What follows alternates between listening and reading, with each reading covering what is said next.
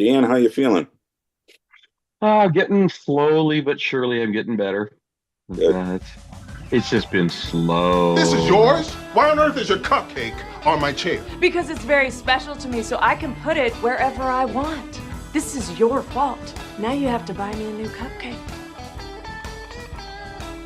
You're wearing a wedding dress to my wedding. This is not a wedding dress. It's a white floor-length gown. It's very different. Did it come with a veil? No, it came with a headdress. What? When you want to talk sports, you ask folks who have seen it all up close. So on The Al Travis Show, we go with the guys at the end of the bench. Time to talk all things sports. And we've got them, John and Dan, the guys at the end of the bench. Gentlemen, how are you doing today? Super great and getting better. Very glad it's Friday. How are you, Al? Well, it's Friday, and I don't want to show off to the rest of you, but in southern Minnesota, we have a 66 coming on like Tuesday. I mean, first week of March. I am so jazzed up. I'm sure the grass is going to start turning green. I'm going to rub in your noses. That's why you live in the South, because it's so much warmer. I don't have an ounce of snow and 66 on the way. Get I'm your jazzed. golf clubs out. Polish up your clubs, Al. I actually am going to spend Sunday, make sure I've got everything. I can't help myself. So anyway, I mean, rubbed there's that got to in be your face. places. There's got to be places that are open for the absolute cuckoo diehards here, right? There are. Our course is different. They're like, April 1st, no sooner. I don't blame them. They don't want to work an extra month just because, it's a whole other month of working that you don't have. I get it. And anyway. I mean, it's real money. It's money, but man, that's got to be a lot of work to keep that because it's in bad shape. It can't be in good shape. It's got to be a lot of work. Doesn't help them. And then for the most part, when you open up way early, it's like already members. So you're not making any extra money. We're just running out there chopping up because we can. So it's not like you open up and then everybody comes running down and gives you green fees. So yeah, I get their point. Anyway, we don't talk about it. I would like, if I could have my New Year's wish come true, the team Timberwolves that showed up against Toronto yesterday would just show up for the next 22 games. You know what I'm saying? Have a roll.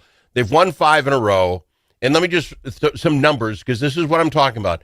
Ant went for 22. That's not good for Ant. I get it. No. But how good is it for the team? Dante had 16. Rudy had 18.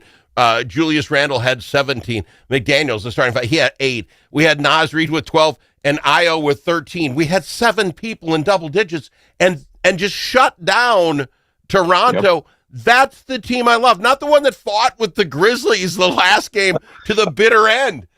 You know what I'm saying? Please. Dan, you start. Am I right? That's the team. That's right the team. Yeah, exactly. That was, I mean, that just kind of even reviewing some of it after the fact, like, well, this, okay, who are these guys? I mean, we've seen them a few times. We've seen them several times this year, but I would like to see them every night. I would like to see them, Ant got 22 points, but man, he was wound up. He was engaged. He was ready to roll. And, so he still got a few highlight reels in there, even with his mere 22 points. Yeah. The amount of height that guy can get on a slam dunk. I mean, he's not the tallest guy out there. He's off the floor by an entire 3-4 feet. I mean, he's crazy. John, tell me why we can't have that team because you do that, and Al will go out of his way to stay up to watch a game because that's great defense. I want that so bad, but I'm not going to stay up at 9:00 to watch a West Coast game and hope the right team shows. This is a team I've talked about before, Al, the one that can beat anybody in the league. I mean, what a balanced attack, to your point. Look at all those guys scoring, right? They are capable of this, and it's so frustrating they don't bring that every night because we could be dominating the league. We could be killing Oklahoma City right now and being on top if they brought that every night. All right. Yeah, I'm seeing some national folks now talking about the Wolves being the one to look out for in the West now. It's like, whoa, okay. I almost don't want that. Because once we start believing it, we won't show up. Hey, Slow-Mo was in the game, 4 points in 15 minutes. I feel good about it. It's so weird. I mean, we are like a great team that it's that team, and then it's the old folks that we bring along, like our grandparents. Mike Conley didn't play. Kyle Anderson is back. It's like, bring them along. They're good for team morale. That's what they're there for. Mike Conley didn't even see a minute. He didn't even play yesterday. I'm not saying we shouldn't play him, but you know what I mean? Kyle's there, Mike's there, Joe Ingles is there. For what? They're father figures. That's all I can figure. They're not there for basketball. The welcome they gave Kyle the other day. Yeah. We like slow-mo. A long lost, relative. Oh. Yeah. But he's. Well, you get what I'm saying, Dan? You got a roster of three. I can name 3 players right now. They're there because of their feelings of the team, not basketball ability. But think of it this way. Last year or the year before, who were those last 3 guys on the bench? Not only did we never see them, we also didn't know who they were. Now it feels like at least, Conley is basically an assistant coach on the bench now at this point. I'm saying, he's, that's and they're all, they're vibes. They're vibe guys. That's and I'm okay with that. You know who's got to be ticked off? If you're like the last assistant coach on the Timberwolves, you're just in there because you knew somebody and you're making $50K a year, but you get to watch the games. Conley made his $10 million this year, got paid out, and now he's getting another $1 million to fill in with. There's an assistant coach on the bench. He doesn't have to wear a suit, gets to wear the clothes, and making $11 million. Yep. I'm sorry. There's a little jealousy with that last coach going, I'm the one up watching film till midnight every night. You know what I'm saying?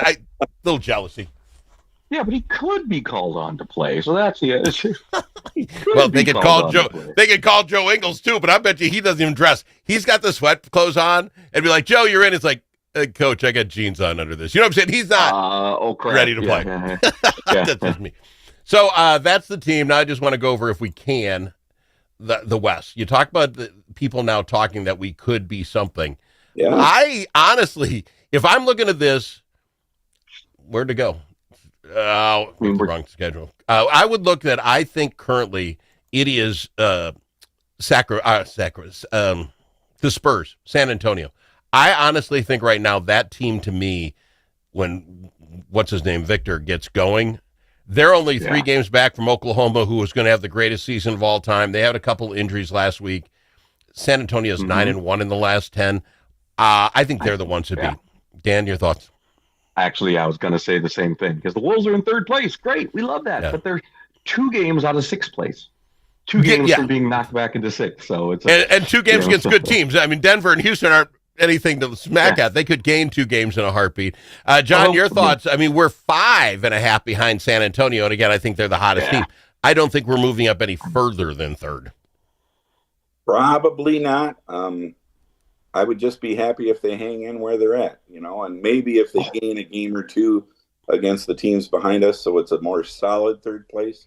I'd be perfectly fine with that. They don't have to chase Oklahoma City. They're going to make the playoffs. So, well, and making playoffs is one thing, but I would think the home field advantage, if you can stay in the top 4, is a huge plus for us. Exactly. Just because Slow-Mo doesn't travel well with all the medicines he's got to bring, and I'm just, Alan, why do you got to do stuff like that? Okay, we got to go to break. We have much more to talk about. I got him, the guys at the end of the bench, John and Dan, on the Al Travis Show.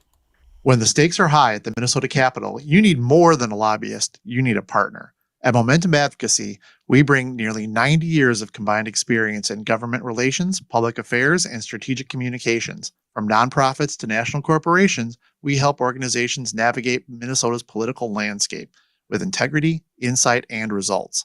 Whether you need legislative champions or headlines, Momentum Advocacy delivers. For more, visit momentum-advocacy.com. Momentum Advocacy, your friends at the Capitol. Think about it. Now that school's back in session, how are Minnesota students doing? Not very well. Minnesota ACT scores fell again last year and are the lowest they've been in 10 years. In fact, fewer than half of Minnesota students can either read or do math at grade level. Think about it. We used to brag about our schools. Now we're losing to states like Mississippi. Visit AmericanExperiment.org for more information. Think About It is brought to you by Center of the American Experiment, Minnesota's think tank.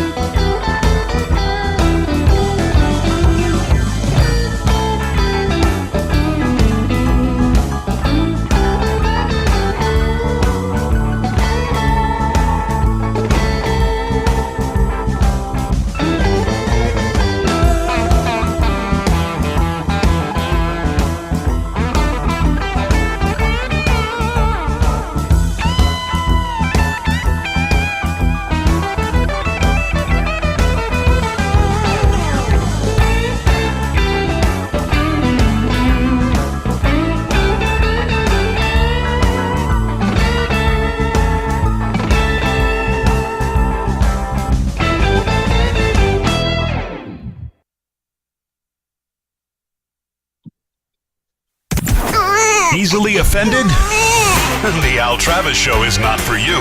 The Al Travis Show.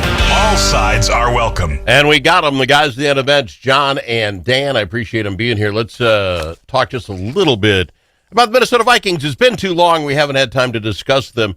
A couple of things. A defensive tackle, Jonathan Allen, out. We want to save a little money there as a Viking. I did see defensive end Hunter, Danielle Hunter, got $40 million from the Texans. I couldn't be happier for the cat. But it looks to me, now today's news story is Aaron Jones, the running back, is going to be gone from Minnesota as well, all making room or possible for making room for the cap. We're tearing the team apart. We had the year last year, right? We paid the money, we put it out there, and we're going to go. And now it's like, well, we don't have the money for 2 years in a row. Dan, your thoughts? I mean, that's what they're doing, dumping and running. Thank God we finally won it this year. Oh, wait. Your sarcasm, that's thick. $42 million. I was reading it. $42 million in cap money that they need to dump. Now, some of it's going to be trade, so they're going to try to trade for some cheaper guys that hopefully are just as good. But I guess, boy, this is going to take. And of course, it's going to be constant. Now, Crazy's got a lot of blame for this, clearly, but we're just going to get deluged with. It's all Crazy's fault. It's all Crazy's fault, and a lot of it is, but. He got his money. He got another job. We have to have somebody to pin this on because it surely couldn't be all of us. We called it. John, we called it and said, this is it. You can't run with just JJ and hope that he's the greatest guy of all time because he got injured. He might be the greatest guy, but he got injured and we lost an entire season. Now what? We don't have the money again. What are you doing, John? What are you doing jumping our good players? Flashes of the potential if he had stayed healthy and, if when Carson stepped in, if some of that other stuff had gone well and the ball bounced our way, but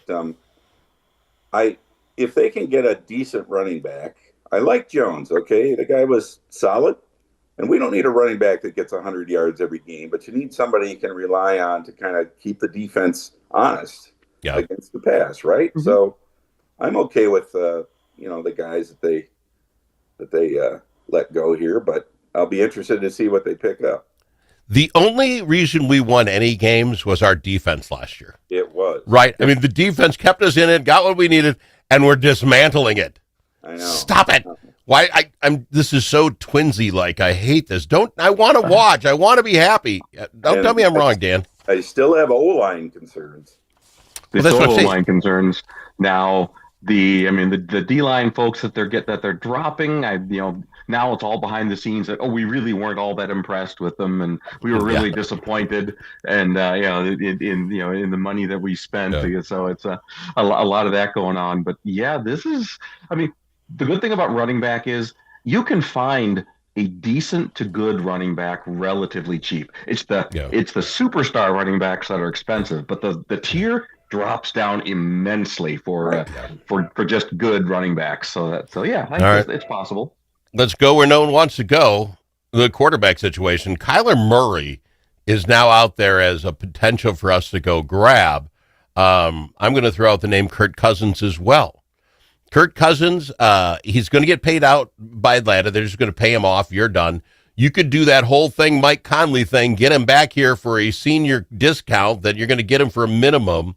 You got a guy who understands the entire system we play and is just there to be the backup, to teach JJ what he needs to do. JJ, I do this, but I can't run. So if you get to this point, you run. He could be invaluable to us. Either one of those guys strike you, and I'm going to start with John because I start with Dan. Either of those strike you as something we can go for. Otherwise, name a quarterback we got to get, even if he's just backup guy. Well, I was never a huge Kirk fan, but I'd be okay with it in this situation. For the reasons you mentioned, he could come in pretty seamlessly, right? Yeah. And if McCarthy had to, miss a quarter, you bring in Kirk to hold the fort down, maybe make a score. Perfect.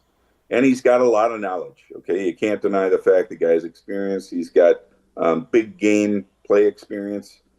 It would be very valuable for JJ. All right, the only other one I got for you, Dan, Aaron Rodgers may also still be out there at 52. No. Just before he gets his AARP card, he could be available. Your thoughts? No, and I'm not even a huge Kirk. I'm not even a huge fan of the Cousins idea, because it's not because Cousins isn't a good guy to bring in as a backup. It's because I don't think JJ deserves just the starting job. I don't think he's. I just don't think he's the guy. It's, so who is? Who do you go get? I mean, I would actually be more interested in Kyler Murray. Honestly, you would? Okay. I would be more. I would be more interested in Murray, and then actually have it a true competition. Now that will also mean swallowing a lot of pride and saying we put a lot of money into this guy. We put a huge draft pick into this guy to then just have him compete for a job. But I don't think he's earned anything yet. I don't think, I'm not impressed. I think you're 100% correct. What has he earned? And nothing against him. His first year, he got hurt. He didn't play anything. What about that next Monday night comeback? Well, he's showed us he can do some stuff. He's not a bad guy. He was a national champion. It's not like he's just instantly bad. But maybe he is injury prone, and you can't put the life of a team on a kid who twists a lot of things. And keep in mind, Michigan was a run-first school. He was a game manager. He was a good college game manager. That doesn't necessarily translate to an NFL starting quarterback. You know, when you say it like that, it makes me sound like it makes it sound like he brings the water out during timeouts. He's just a game manager. I think he's a guy who can kind of keep the offense focused. He can get them fired up. I think he is definitely that kind of guy, but I just don't think he's got the arm and the and the head and the and the head in the moment to actually be a real NFL quarterback. But I don't know. Okay. I really hope I'm wrong, but I just don't see it. I don't get it. Okay, John, your thoughts on all that?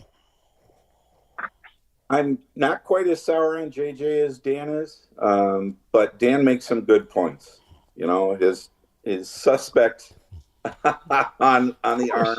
Words never said on the Al Travis show. Dan had some good points. It's about time. Help him develop. All right, fair enough. Just because it's so sad, Lou Holtz passed this week, 89 years old. Yeah. My father-in-law loved Lou Holtz. He's a Catholic. He loved following Notre Dame in their height. He was a Lou Holtz guy from top to bottom. So that's really probably the only reason I really followed him. You know who he is, but he was one of the good humans that no longer exists. Yes. Yeah. I know. Right. I know there was some grief when he left here, but it was like, I think it was pretty clear. Notre Dame was the ultimate dream job for this man. Yeah, he earned it. So I would have been annoyed probably going anywhere else, but Notre Dame. Well, and he needed a fill-in job to get his year here till Notre Dame opened up, and to go to, like you say, his dream job. Minnesotans don't mind that. You did your thing. It's the Kirk Cousins thing. He got paid to leave. Okay, go. Sam Darnold. I don't hate you. You made the money. We weren't going to do it. It was fine by me, and that's the Lou Holtz effect. Got to fly. We're out of time, gentlemen. Let's do it again on Monday. Fair enough? All right. Sounds good. It's John and Dan, the guys at the end of the bench. If it's your turn to host a game,